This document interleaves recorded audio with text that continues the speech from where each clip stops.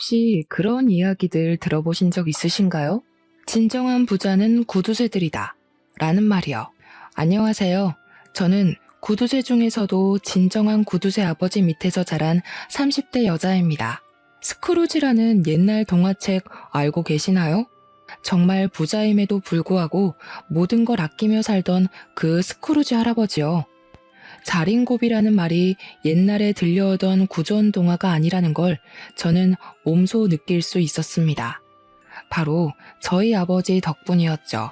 알고 싶지 않았던 아끼고 아끼는 그 삶을 저는 아버지 덕분에 한평생 체험을 하면서 살았습니다. 저희 아버지를 제가 스크루지 영감, 자린고비의 표본이라고 부르는 이유는 그거 말고는 다른 별명을 붙여야겠다는 생각이 전혀 들지 않아서였습니다.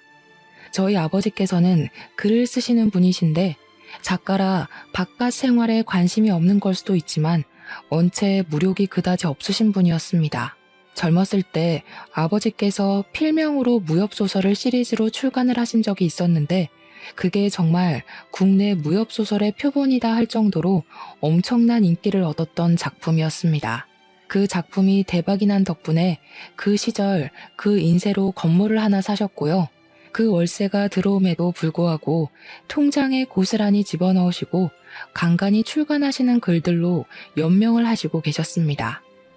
제가 중학생쯤 되었을 때부터 무협소설을 쓰는 것이 지겨우시다며 신문에 칼럼을 쓰시기도 하고 간간히 시집을 출판하시고 계시거든요.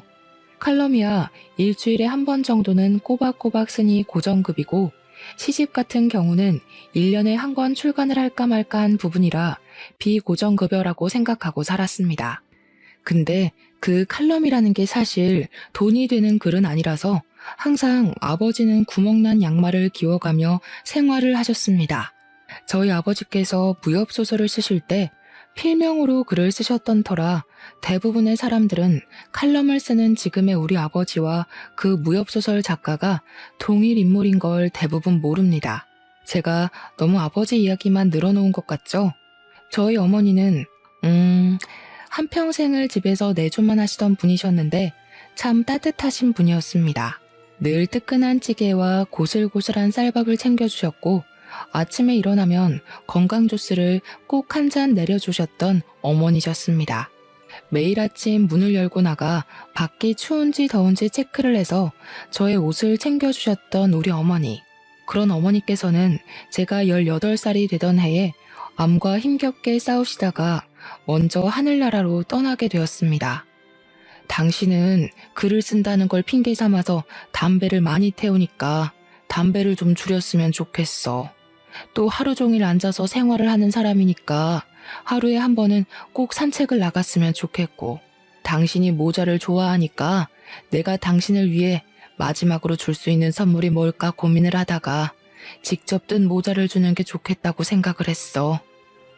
어머니께서는 마지막으로 눈을 감기 직전에 아버지를 위해 열심히 뜨개질을 한 모자를 선물로 주셨습니다. 아버지께서는 그것을 본인 평생의 보물이자 집안의 가보로 여기며 매번 산책을 나가실 때마다 그 모자를 쓰고 밖을 나가셨습니다. 담배도 대차게 끊어버리시고 어머니의 말씀대로 하루에 한 번 꼭 산책을 나가셨으며 중요한 자리에 나가실 때마다 그 모자를 쓰고 나가셨습니다.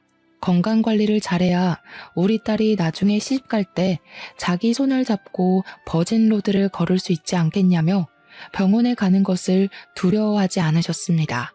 아버지께서는 오히려 어머니가 돌아가신 이후에 정신을 차리고 바른 생활을 하시려 노력했지만 저는 반대로 많은 방황을 하게 되었습니다.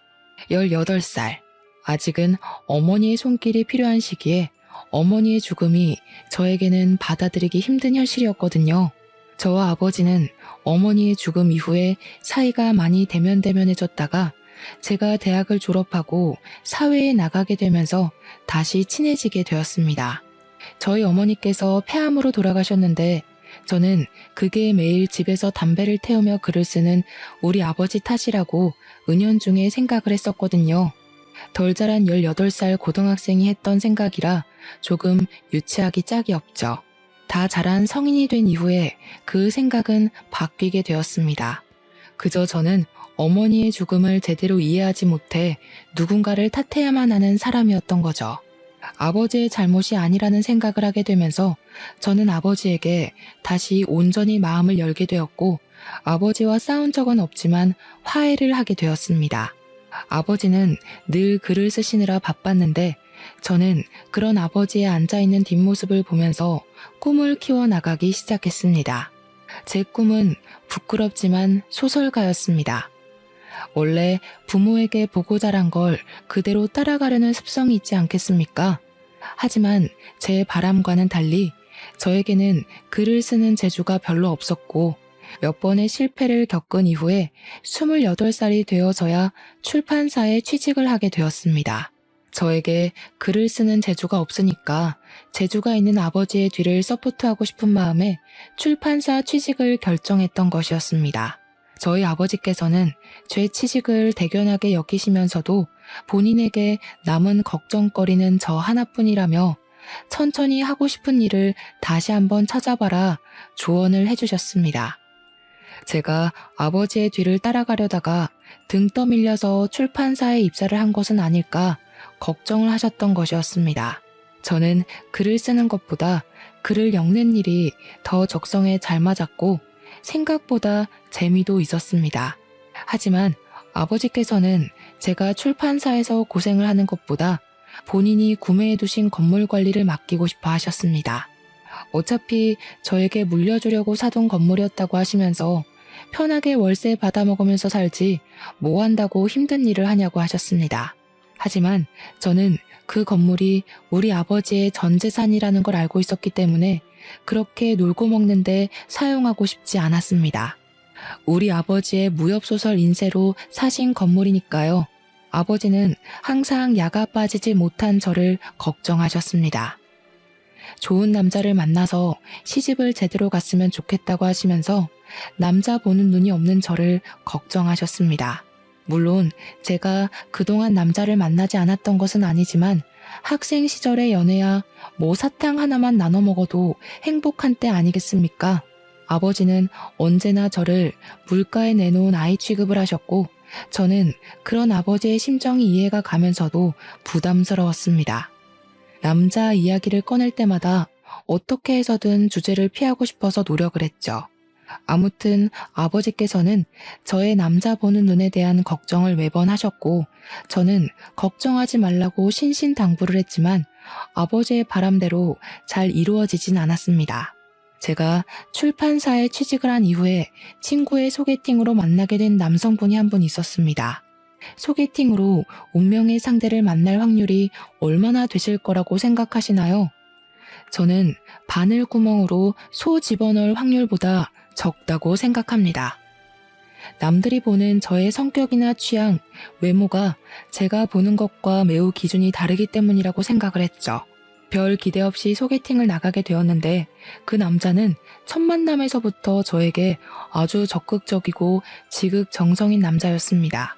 솔직히 이름을 말하고 싶지도 않으니 만만한 철수라고 그 남자를 부르도록 하겠습니다. 철수 씨는 저를 위해서 매일같이 꽃다발을 사주었고요. 기념일이 되는 날마다 오늘의 향기를 기억하자며 향수를 선물해주던 남자였습니다. 제가 반짝이는 걸 좋아한다고 했더니 저에게 액세서리를 선물해주고 반짝반짝 빛이 나서 2배 더 예뻐진 것 같다며 너스레를 떨던 남자였습니다. 저는 그런 로맨틱한 모습에 푹 빠지게 되었고 철수 씨가 저에게 보여준 모든 이벤트에 감동을 하게 되었습니다. 저를 위해서 간이고 쓸개고 전부 빼다 줄 것처럼 굴었던 철수 씨에게는 딱 한 가지 아주 큰 단점이 하나 있었습니다. 그것은 바로 연인 간에 제일 지켜야 할 선을 지키지 않는다는 것이었습니다. 처음에는 제 잔소리 때문에 챙기던 것을 시간이 지나고 저희가 오랜 시간 만날수록 챙기질 않더라고요. 그건 바로 다름 아닌 피임기구였습니다. 시간이 갈수록 어차피 나랑 결혼할 거 아니야? 오늘 안전한 날 아니야? 오늘 하루만 없는 거야. 다음에 챙길게. 하는 식으로 무지한 사람처럼 굴었습니다. 저에게 아이가 생기면 바로 결혼하자고 하면서 제가 원하지 않는 관계를 발전시키려고 철없이 굴었습니다. 저는 철수 씨와 결혼을 생각해 본 적 없었고, 나이가 결혼 정년기에 훨씬 미치지 못한다고 생각했기에 제 커리어를 우선으로 생각하고 싶었습니다. 제가 철수 씨에게 한 번만 더 피임을 소홀히 하면 더 이상 만나지 않겠다, 헤어져야 할 것 같다고 이야기를 하며 엄포를 놓았습니다. 그랬더니 저한테 자기한테 그렇게 믿음이 없을 수가 있냐면서 우리에게 아이가 생긴다면 축복받을 일 아니냐고 딴소리를 하더라고요. 내가 아이를 원하지 않는다고, 당장 결혼할 생각이 없다고, 저는 제 커리어가 우선이지 결혼에 발목 끼고 싶지 않다고 했습니다. 출판사에 입사해서 일에 재미를 붙이고 있었고, 언젠가 아버지의 책을 제가 담당해서 엮고 싶었기 때문에 그 꿈을 가지고 노력하는 중이었으니까요. 제 노력은 하나도 생각하지 않고 계속 결혼해 아이 타령을 하니 당연히 제가 질릴 수밖에 없지 않겠습니까? 저는 죽어도 지금 당장 결혼할 마음이 없으니 알아서 피임을 챙기지 않을 거면 우리도 여기까지 하자고 다시 한번 말했습니다. 알고 보니까 소개팅 주선자가 철수 씨한테 우리 집에 건물이 하나 있다는 걸 언지를 해뒀더라고요. 출판사에서 일해봐야 얼마나 벌겠어. 당신 집에 건물 있다며. 그거 월세 받는 게 훨씬 더 돈 되지 않아? 나도 나중에 가게나 한번 차려보고 싶었는데 당신 집 건물에서 가게 영업도 하고 그러면 얼마나 좋겠냐고. 나도 셔터맨 좀 해보자. 이 지긋지긋한 회사에서 벗어나고 싶다고. 알고 보니 저희 집 그 건물이 탐이 나서 저와 결혼을 하려고 애를 쓰고 있었던 것이었습니다. 변변치 않은 직장 생활을 하면서 건물주와 결혼을 하고 싶다며 노래를 불렀고, 그걸 들은 철수 씨의 회사 동료였던 제 친구가 소개팅 자리를 연결해줬던 것이었습니다. 저는 꿈에도 모르고 있다가 자꾸 저와 결혼 노래를 부르는 철수 씨의 입에서 모든 이야기를 듣게 되었고 충격에 휩싸이게 되었습니다. 저에게 무슨 소리까지 했냐면요. 여자 나이 30이 지나면 패급이라고, 자기가 결혼하자고 할 때 결혼을 해야 한다는 충고까지 들었습니다. 어떻게 사람 입에서 패급이니 뭐니 그딴 이야기를 할 수 있는지 기가 막혀서 제가 다시 한번 말해보라고 화를 냈죠. 나는 철수 씨랑 결혼 안 해도 잘 먹고 잘 살 수 있거든? 그러니까 우리 그냥 이쯤에서 헤어지자. 건물 하나 있다고 아주 고개 빳빳하게 두네? 쥐뿔도 없는 게. 건물이 하나씩이나 있는데 어떻게 쥐뿔도 없는 거야? 그러는 당신은 가진 게 뭐가 있는데? 저한테 자기가 비싼 취급해줄 때 결혼을 하자고 매달리길래 정강이를 발로 뻥 차주었습니다. 아프다고 주저앉아서 낑낑거리는데 어찌나 개 같던지. 2번 다시는 찾아오지도 말고 연락도 하지 말라고 화를 내고는 집으로 돌아왔습니다. 당연히 돌아온 이후에는 소개팅을 조선해준 친구와도 한바탕 싸움이 났고요. 그 친구랑도 연을 끊어버렸습니다. 나중에 전해 들었는데 철수 씨는 저랑 헤어진 이후에도 건물주 여자를 찾는다고 온 동네방네 소문을 내고 다닌다네요. 그렇게 철수 씨와 헤어진 다음에 만난 2번째 남자친구는 말입니다. 이놈도 길게 이야기하고 싶지 않으니 이름은 민수라고 하겠습니다. 민수 씨는 아주 얼굴이 잘생긴 편이었는데, 잘생긴 남자들은 그거 아시죠? 꼴값을 떤다는 말입니다. 우연히 술을 먹다가 합석을 하게 되면서 안면을 튼 게 첫 만남이었는데, 아무래도 술자리에서 만난 사람이니만큼 깊은 정을 주진 않았던 사람이었습니다. 아니나 다를까 여자가 어찌나 많던지 저랑 계속 연락을 하던 와중에도 다른 여자들을 두고 이리저리 각을 쟀더라고요. 다른 여자와의 연락이 끊이질 않고 어장 관리를 얼마나 잘한 건지 거의 아쿠아리움 수준으로 했어요. 저에게는 달콤하게 꿀바른 말투로 저밖에 없다. 난 늘 너 생각만 한다. 하면서 제 생일 선물로 뭘 줬는지 아십니까? 제가 진짜 차마 제 입으로 말하기가 부끄러워서 딱 한 번 인터넷에 댓글로 달았던 게 전부인데, 글쎄 다이소에서 파는 인형을 주는 겁니다. 전 남자친구에게 받았던 선물 중에 제일 최악이 뭐야? 베스트 댓글에 올라간 댓글이 바로 제 댓글이었습니다. 다이소에서 파는 3,000원짜리 인형. 그게 제 30살 생일 선물이었습니다. 더 어이가 없는 건 제 생일 선물로는 3,000원짜리 인형을 줘놓고 지 생일 선물로는 명품 지갑을 사달라고 조르는 아주 제비 같은 놈이었다는 겁니다. 당연히 저는 무슨 말도 안 되는 소리냐고, 나한테는 인형을 선물로 줘놓고 명품 지갑을 사달라는 게 말이 되냐고 화를 냈었습니다. 그랬더니 저한테 다이소에서 산 인형이 아니라 미국에 있는 친구에게 부탁해서 무려 비행기를 건너서 온 선물이라고 되려 방방 뛰더라고요. 미국의 무슨 유명한 편집숍에서 가지고 온 인형인데 어떻게 다이소 따위랑 비교를 할 수 있냐고요. 제가 어이가 없어서 민수 씨를 데리고 다이소에 직접 가서 그 인형을 들이밀었더니 그제야 겸연쩍게 웃으면서 어떻게 알았지? 미안해 하더라고요. 한 번만 봐달라고 자기가 뭐라더라? 암튼 투자를 잘못해서 하필 돈이 없을 때 제 생일이었다고 변명을 하더라고요. 생일 선물로 다이소 인형을 받고 헤어졌다고 하기엔 저도 자존심이 좀 있어서 딱 한 번만 넘어가 주기로 했었습니다. 그런데 그 뒤로 저한테 이거 사달라 저거 사달라 아주 본색을 드러내더라고요. 남자친구한테 이거 하나 못 해주냐고 쪼잔하다는 식으로 말을 하는데 제가 왜 그걸 참고 있겠습니까? 당장 헤어지자고, 나는 너한테 이런 거 저런 거 선물해주는 사람이 아니고 물주도 아니다. 다른 여자한테 가서 구걸해라 했습니다. 깔끔하게 정리를 했다고 생각을 했는데 글쎄 SNS에다가 저를 아주 나쁜 년으로 몰아넣는 듯한 글을 썼더라고요. 깊게 만나던 여자에게 가지고 싶은 물건이 있어서 사달라고 했더니 나한테 거지라고 했다. 다른 여자한테 가서 구걸을 하라던 그녀. 그녀는 정말로 나를 사랑했던 게 맞을까? 이런 글을 써둬서 제가 기가 막혀서 콧물이 흐를 지경이었습니다. 그러더니 저에게 따로 연락이 와서는 저랑 만나면서 돈을 얼마나 썼는지 아냐고 돈돈 타령을 하더라고요. 그 소리 듣는 게 짜증나서 얼마 썼는지 일목요연하게 정리를 해서 보여주면 정산을 해주겠다고 이야기를 했습니다. 6개월을 만났는데 만나면서 저를 위해서 썼던 돈이 고작 112만 원이더라고요. 물론 제가 쓴 돈을 빼면 반의 반도 안 될 것 같았습니다만 거지 새끼가 계속해서 돈 타령을 하는데 제가 그 돈 못 줄 건 아니라는 생각이 들었습니다. 일주일에 한 번은 꼭 만난 것 같은데 고작 112만 원이 뭔가 싶긴 했죠. 계산을 해보니까 한 번 만날 때 4만 원도 안 쓴 것 같더라고요. 그래서 정확히 56만 원을 송금하면서 민수 씨의 112만 원어치의 사랑 아주 기가 막히게 잘 받았다고 비꼬며 연락을 했습니다. 더 웃긴 건 뭐냐면요. 헤어지면서 쓴 돈을 정산해서 반뚝 잘라보낸 게 저밖에 없었나 보더라고요. 아무래도 자기가 진국을 못 알아본 것 같다고 매달리더라고요.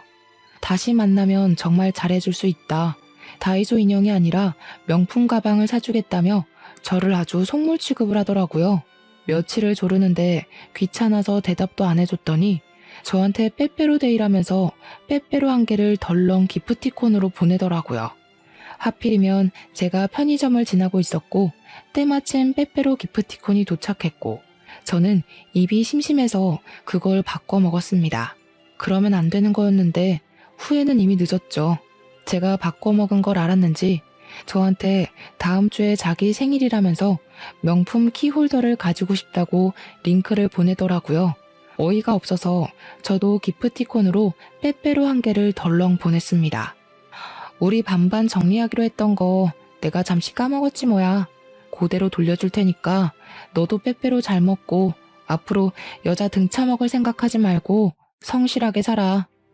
그러고는 바로 차단을 걸어버렸습니다. 다들 저와 같은 경험이 있으실 거라 생각은 하는데 전 남자친구가 되니까 어떻게 살고 있는지 궁금해서 SNS 염탐을 한번 해본 적이 있었습니다.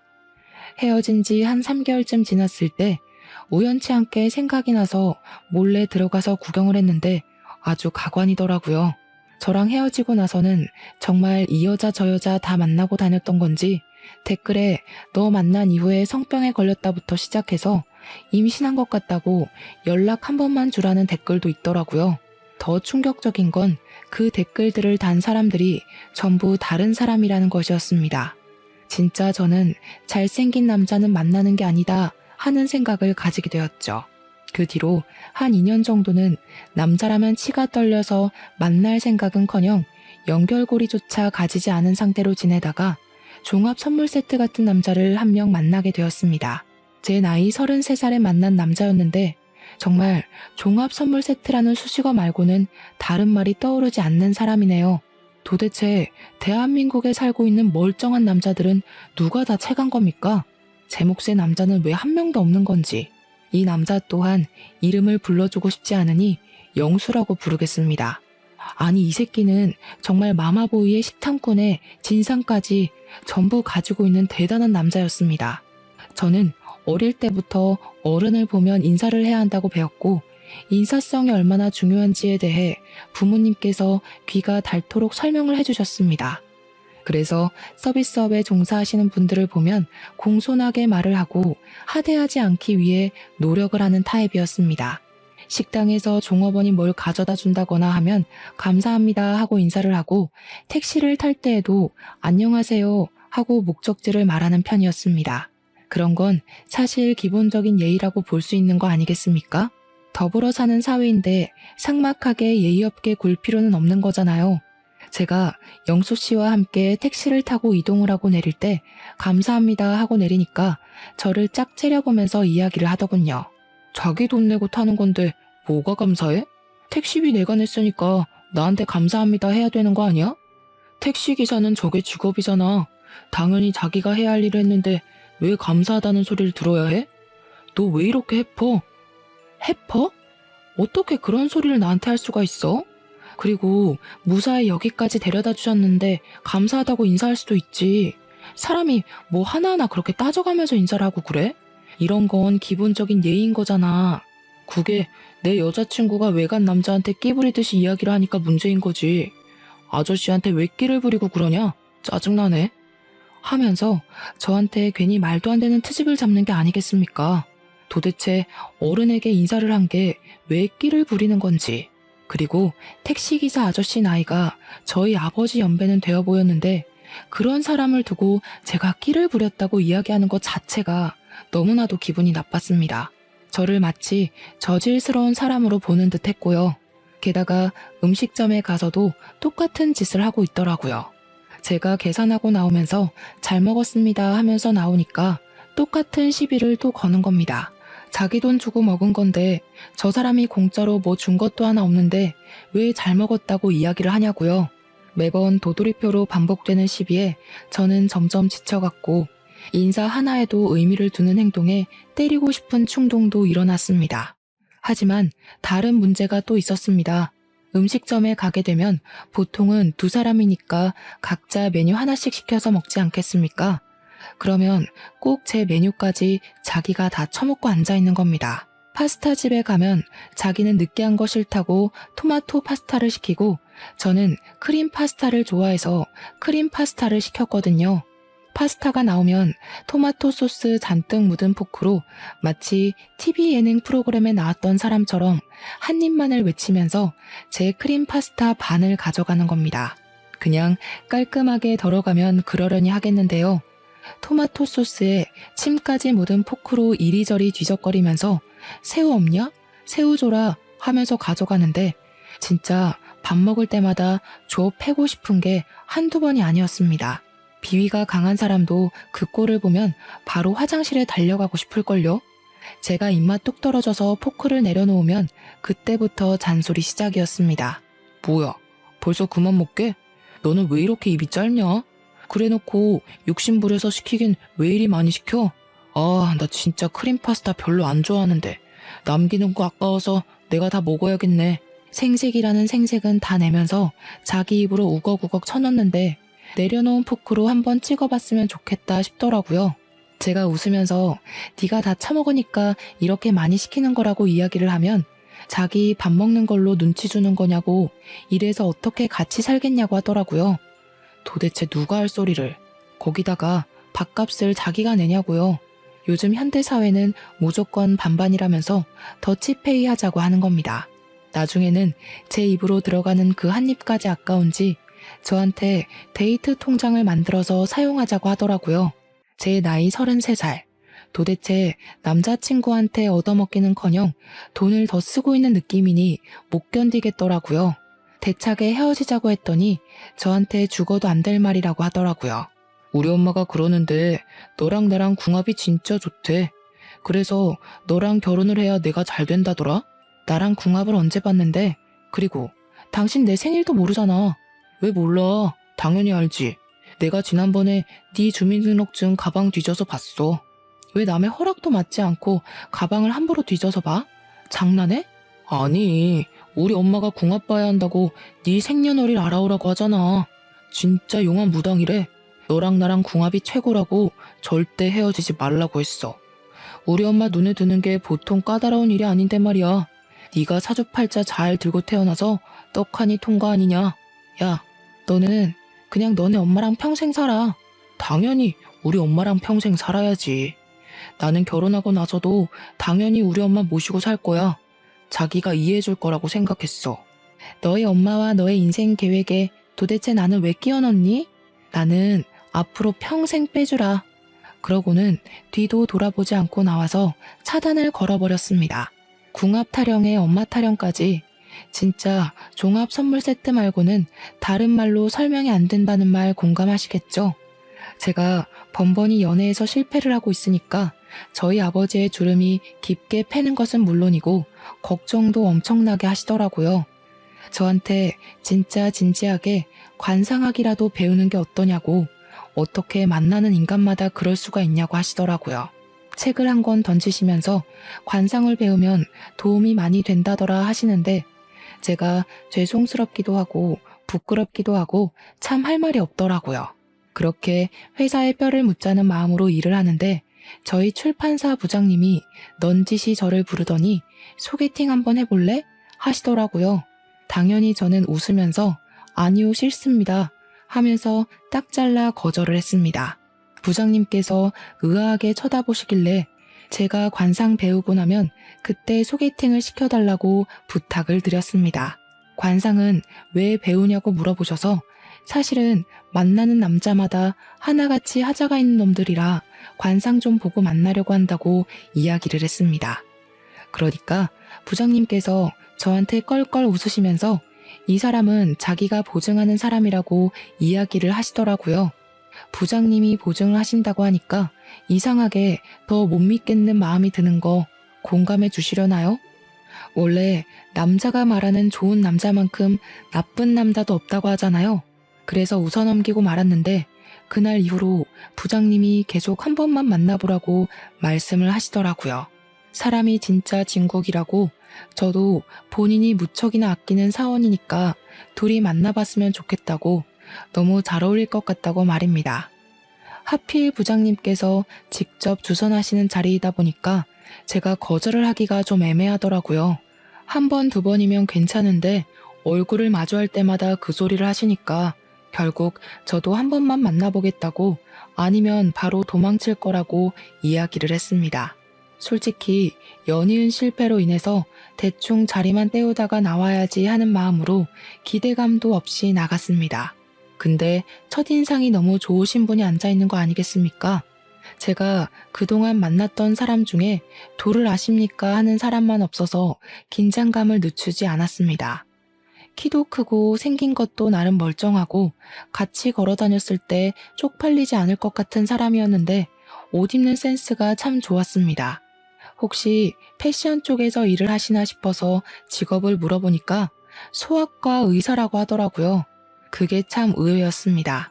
사실 생긴 건 공부 잘하게 생기진 않았었거든요. 거기다가 애들을 좋아하는 소아과 의사라고 하니까요. 제가 놀래서 소아과 의사요? 하니까 그분이 웃으면서 자기가 애들을 좋아해서 소아과로 갔다고 하시더라고요. 제가 공부를 꽤 잘해서 성적 맞춰서 의대에 가긴 했는데 소아과가 제일 마음에 남더라고요. 요즘 애 낳는 사람들이 별로 없어서 인기가 있는 과는 아니지만 어딘가에 아이가 한 명이라도 있으면 제가 살려야 하지 않을까 하는 사명감이 들었습니다. 지금은 동네에서 작게 소아과를 하고 있는데 나름 유명해져서 그런지 환우들이 조금 있어요. 저는 진중한 그의 말에 푹 빠져들게 되었습니다. 아이 좋아하는 사람치고 나쁜 사람 없다고 하지 않겠습니까? 동네 아이들이 많은 건 아니라 늘 손님이 많은 건 아니지만 먹고 살 만큼은 있다고 하더라고요. 건물주를 잘 만나서 그런 건지 몇 년 동안 월세도 동결되어 있고 해서 부족하지는 않다고 하는데 그때 처음으로 알았습니다. 의사라고 전부 떼돈을 버는 건 아니구나. 사명감을 가지고 일을 하는 사람도 많구나 하는 것을 말입니다. 제 나이가 35살일 때 만나게 된 인연이라 그런지 탐색전이 생각보다 꽤 길게 이어지게 되었습니다. 아무래도 제가 그전 연애에서 당한 것들이 꽤 많았고 나이도 있는지라 조심스러워지는 건 어쩔 수 없더라고요. 그래도 제가 출판사에서 일을 하고 있는 건 민우 씨도 알고 있었고 사는 동네까지는 서로 오픈을 하게 되었습니다. 그 사람은 우리 집에서 별로 멀지 않은 곳에 병원이 있었고요. 제가 사는 동네에서는 15분 정도 더 떨어진 곳이었습니다. 민우 씨의 병원 근처에 저희 아버지 소유의 건물이 있었는데 그런 것까지는 일부러 오픈을 하진 않았습니다. 사실 이 사람이 또 어떤 폭탄일지 모른다는 두려움이 있었거든요. 민우 씨와 저희 집 거리가 차로 20분 정도 되었는데 그래서인지 퇴근하고 나서도 가끔 만나서 밥을 먹거나 차를 한 잔 마시기도 했습니다. 민우 씨는 술이 잘 안 받는 체질이라면서 술은 절대로 입에 대지 않는다고 하더라고요. 그 부분이 참 마음에 들었습니다. 그렇게 한 3개월이라는 시간을 만나다 보니까 바른 생활을 하는 사람이고 여자도 없고 식탐도 없고 매너도 좋고 마마보이도 아니더라고요. 괜찮다 싶어서 제가 먼저 연애를 해보자고 이야기를 꺼내니까 쑥스러워하면서 사실 자기도 언제 이야기를 할까 타이밍을 보고 있었다고 하더군요. 우리는 그렇게 연애를 시작했고 저는 부장님께 감사한 마음을 담아서 명품 넥타이를 선물해 드렸습니다. 부장님이 벌써 결혼 준비하는 거냐고 화들짝 놀라시길래 결혼은 아니고 연애 시작했다고 정정해 드렸죠. 그렇게 저희의 연애는 순조롭게 물 흐르듯이 이어져서 2년이라는 시간을 만나게 되었고 37살에 결혼을 약속하게 되었습니다.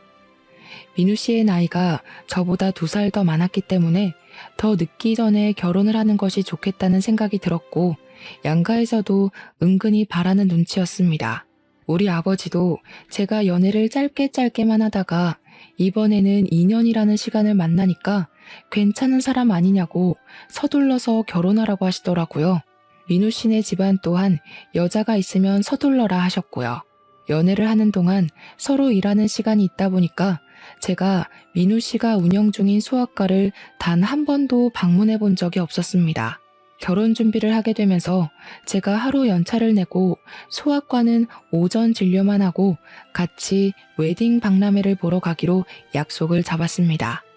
주소를 불러주길래 소아과로 찾아갔는데 이상하게 거리가 낯이 익더라고요. 왜 진작 눈치를 채지 못했었는지. 민우 씨의 소아과가 바로 저희 아버지의 건물에 새 들어 있었더라고요. 이것도 인연이다 싶고 이렇게 인연이라는 게 중요한 거구나 하는 생각이 들더라고요. 아마 부장님이 아니었어도 언젠가 한 번쯤 만날 운명이 아니었을까 싶어 속으로 혼자 신기했습니다. 아무튼 그날 웨딩 박람회에 가기 위해서 소아과 밑에서 민우 씨를 기다리는데 민우 씨가 누군가와 같이 내려오더라고요. 느낌이 딱 봐도 민우 씨의 어머니, 즉 예비 시모 같아 보였습니다. 근데 하필이면 건물 주차장이 만석이었고 제가 주정차 위반 딱지가 날아오는 골목에 잠시 정차 중이었거든요. 내려서 인사를 드릴 수가 없어서 창문만 내려서 인사를 드렸는데 시모의 표정이 영 좋지 않더라고요. 제가 너무 예의가 없었나 보다 하는 생각이 들었습니다. 아무튼 그날 웨딩 박람회를 꼼꼼하게 들여다보면서 대충 견적도 내보고 민우 씨와 상의도 하고 상견례 날짜까지 잡았습니다. 너무 두근두근 하더라고요. 이제 평생을 함께한 한 가족이 될 사람이라고 생각을 하니까 말입니다. 고대하던 상견례 날이 되었고 시부모님과 우리 아버지 그리고 저와 민우 씨까지 만나서 밥을 먹기로 하고 예약까지 마친 자리에 가게 되었습니다. 아버지와 제가 먼저 가서 기다리고 있었고 곧이어 민우 씨 가족이 들어왔는데 예비 시모의 표정이 영 좋지 않더라고요. 뭔가 제가 마음에 안 드시나 보다 했는데 민우 씨까지도 좀 불편한 기색을 보이길래 눈치를 채고 말았습니다. 시모가 반대를 하고 있는 결혼이라는 것을요. 그날 우리 아버지께서 평소에 잘 입지 않아 색이 바랜 양복을 입으셨고 어머니께서 떠주신 뜨개 모자를 쓰고 나오셨거든요. 딱 봐도 볼품없는 행색이다 보니 시모가 계속 어휴어휴 한숨을 내쉬더라고요. 시부는 시모에게 그만 좀 하라고 눈치를 주고 남편은 제 눈치를 보고 있었고요. 제가 그냥 대놓고 말씀을 드렸습니다. 어디 불편하신 부분이 있으신가 봐요. 그러니 시모가 찬물을 벌컥벌컥 들이켜시더라고요. 저도 기분이 별로 좋지는 않았지만 우리 아버지께서 혼자시잖아요. 어머니 없이. 그래서 뭔가 마음이 좀 그러셨나 보더라고요. 아버지께서 우리 딸이 부족할지는 몰라도 심성은 곱고 착한 딸이라고 잘 부탁드린다고 이야기를 하셨습니다. 먼저 저 자세로 나가니까 제 마음 한편이 또 울컥해지더라고요. 분명 탐탁치 않아서는 어른들 앞에서 우리 아버지가 고개를 숙인 게 미안하고 고맙기도 하고요.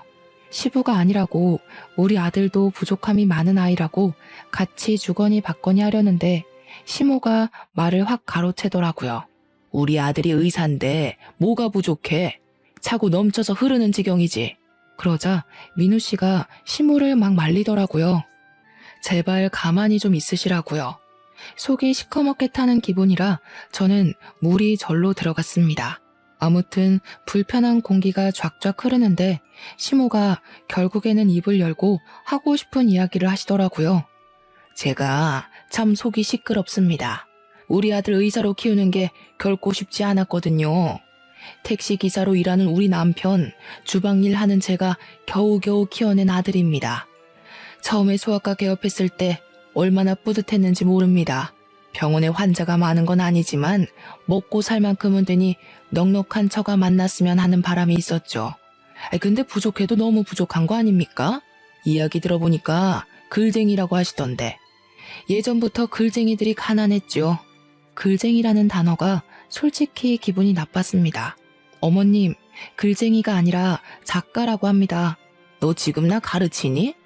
제가 솔직히 남자 하나는 잘 골랐다 싶었는데 시무가 이런 폭탄이라니 정말 환장하겠더라고요. 시부랑 남편이 시모에게 예의 없이 행동하지 말자고 시모를 나무라시더라고요. 내가 천성이 나쁜 사람은 아니고 그냥 속이 상해서 그렇습니다. 나도 벤츠 끄는 며느리 갖고 싶었어요. 우리 아들이 의사 됐을 땐 그럴 수 있을 줄 알았죠. 강남에 병원 떡하니 개업해주고 우리 부부 노후 걱정 없이 살게 해줄 그런 며느리 안 원했으면 거짓말이죠. 네네, 이해합니다. 얼마나 힘들게 자식 뒷바라지 하셨을까요? 맞아요. 택시기사 해봐야 얼마나 봅니까? 다 회사가 가져가지. 제가 주방일 하면서 손이 부르트게 키워낸 아들이라니까요. 물론 예비 며느리가 부족하다기보다는 저는 가난이 싫은 겁니다. 사돈 때 모자도 낡았고 양복도 다 빗발했는데 가난한 집안끼리 만나서야 되겠습니까? 딸아이도 부잣집에 시집 보내시는 게 좋지 않겠습니까? 저희 아버지께서는 한참 동안 말이 없으셨고 저는 너무 속이 상해서 아빠 그냥 일어나자 하고 자리에서 일어나니 예비 신랑이 저를 딱 잡더라고요. 저 없으면 안 된다고 그렁그렁한 물결인 눈으로 저를 바라보는데 시부가 시모를 향해서 소리를 버럭 지르시더라고요. 둘이 좋아서 결혼하겠다는 게 집안이 가난한 게 뭐가 어때서? 당신은 나랑 결혼할 때 그런 걱정 안 하고 결혼했어? 우리도 땡전 한 푼 없이 반자해서 시작했잖아. 그래서 우리가 얼마나 고생했어. 우리 아들 딸 고생 안 시키겠다는 게 죄야? 서로 돈 많은 집안 찾아가면 아무 걱정 없잖아. 그 말을 듣는데 시모가 절 싫어해서 이렇게 반대를 하는 건 아니구나 하는 생각이 들었습니다.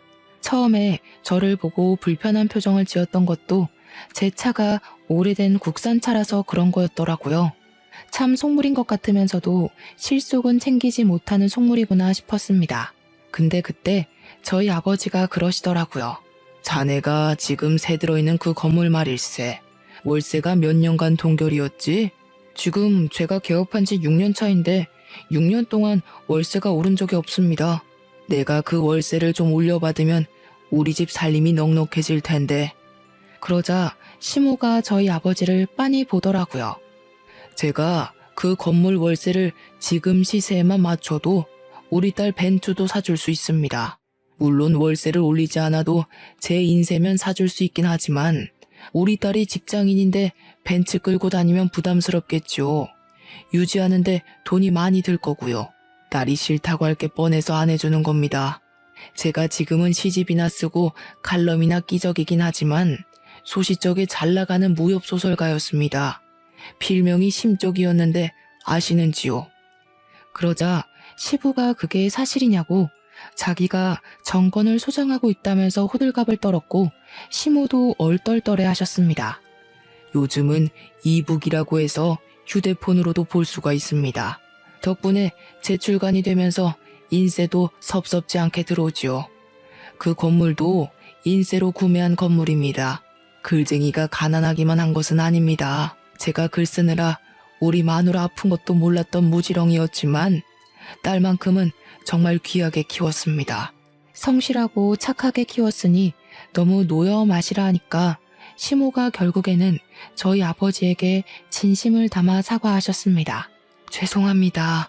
제가 건물 때문에 사과드리는 건 아니고 비뚤어진 모성애였습니다. 아이들이 좋다고 하면 좋은 거죠. 제가 잠시 가난한 게 너무 싫어서 쓸데없는 걱정을 했습니다. 그러자 아버지도 웃으시면서 그 가난함 본인도 잘 안다고 무협소설이 성공하기 전엔 자기도 그랬다며 위로를 건네셨습니다. 시부는 집안이 부족하지만 잘 보살펴달라 하셨고 남편도 무릎 꿇고 저와 결혼하고 싶다고 다시 한번 말을 했습니다.